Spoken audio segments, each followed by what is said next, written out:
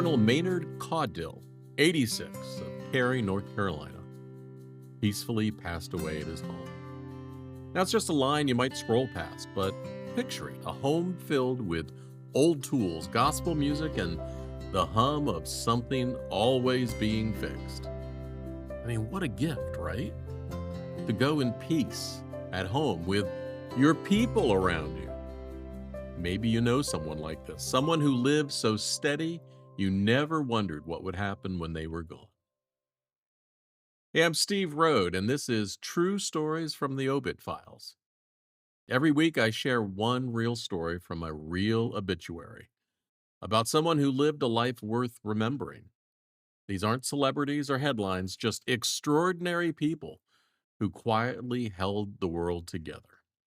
But what I didn't expect was this: most people retire and slow down. At 54, Maynard started a business that's still running 32 years later. And that's not even the most surprising thing about his story. Maynard was born in 1939 in Allegheny County, North Carolina, mountain country, where the work is hard and the families are close. His parents, James Ray and Pauline, raised him on a farm where you learned early that everything depends on everything else. The crops need weather, the weather needs the season needs your hands ready to work. But the Caudills didn't just work the land, they sang about it. Every one of them a gospel singer traveling from church to church across those mountain communities. I can picture those Sunday mornings, the smell of pine from wooden pews, the sound of gravel under car tires, and then those voices, oh, filling every corner of the sanctuary. Maynard had a beautiful voice, the kind that stayed with you after the service ended, the kind that made you think there was something bigger holding it all together. After high school, like so many young men of his generation, Maynard enlisted. The Air Force sent him far away from the Blue Ridge, California, then North Africa. 5 years learning discipline, repairing aircraft, and serving under pressure in places far from home. And maybe learning too that home isn't always where you are, it's who you're becoming. When he came back, he did what a lot of veterans did. He got behind the wheel of a big rig and drove, coast to coast, seeing America from the cab of a tractor trailer. Now, I wasn't there, but I bet those were years when he learned something about the country he belonged to. Its rhythms, the distances, the way it looks different depending on which direction you're heading. But in 1965, something changed everything. He married Shirley, and suddenly all those separate pieces of his life started coming together. They moved to Asheville, North Carolina, and Maynard joined the North Carolina Highway Patrol. Now, think about what it meant to be a state trooper in North Carolina in the 1960s and 70s. You're out there on the highways that stretch across mountains and farmlands, small towns, and growing cities. You're the person people see when their day has gone sideways. Accidents, emergencies, the moments when life gets dangerous or complicated. But here's where Maynard was different.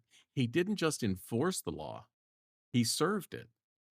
And Governor Bob Scott, the governor himself, noticed. He awarded Maynard the Order of the Longleaf Pine, the highest honor North Carolina gives to its citizens. Let me tell you what that means. The Order of the Longleaf Pine isn't something you get for showing up. It's for extraordinary service to the state and its people. It's for the kind of character that makes a difference in how things get done. So, this wasn't just any state trooper. This was someone who understood that the badge meant something bigger than authority. It meant responsibility. And Maynard lived that out, not with speeches or grand gestures, but by showing up, stepping in, and doing the work. When Maynard retired from the Highway Patrol in 1993, most people would have been content to slow down. Not him. He, Shirley, and their son, Scott, started a trucking company, North State Express. And remember, this is a man who'd driven trucks cross country, who'd worked on a farm, who'd served in the Air Force. But here's the detail that tells everything. Maynard became the company mechanic. He could have been the boss who stayed in the office, but instead he got under the hood.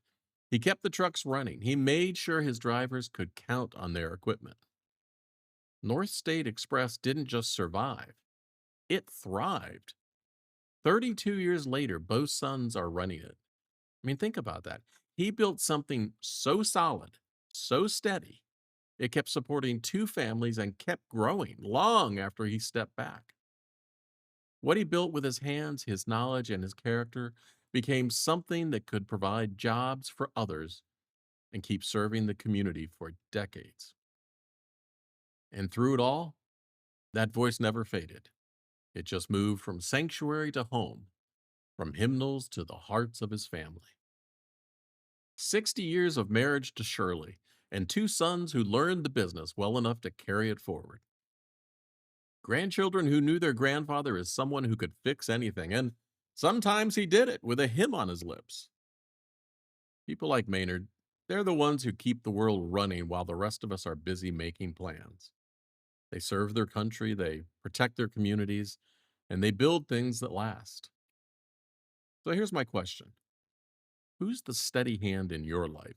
The one who keeps things working, even when no one's watching. Not everyone makes the front page, but everyone does leave a story worth telling. Real people, real lives, remembered. And thank you for letting me tell this one.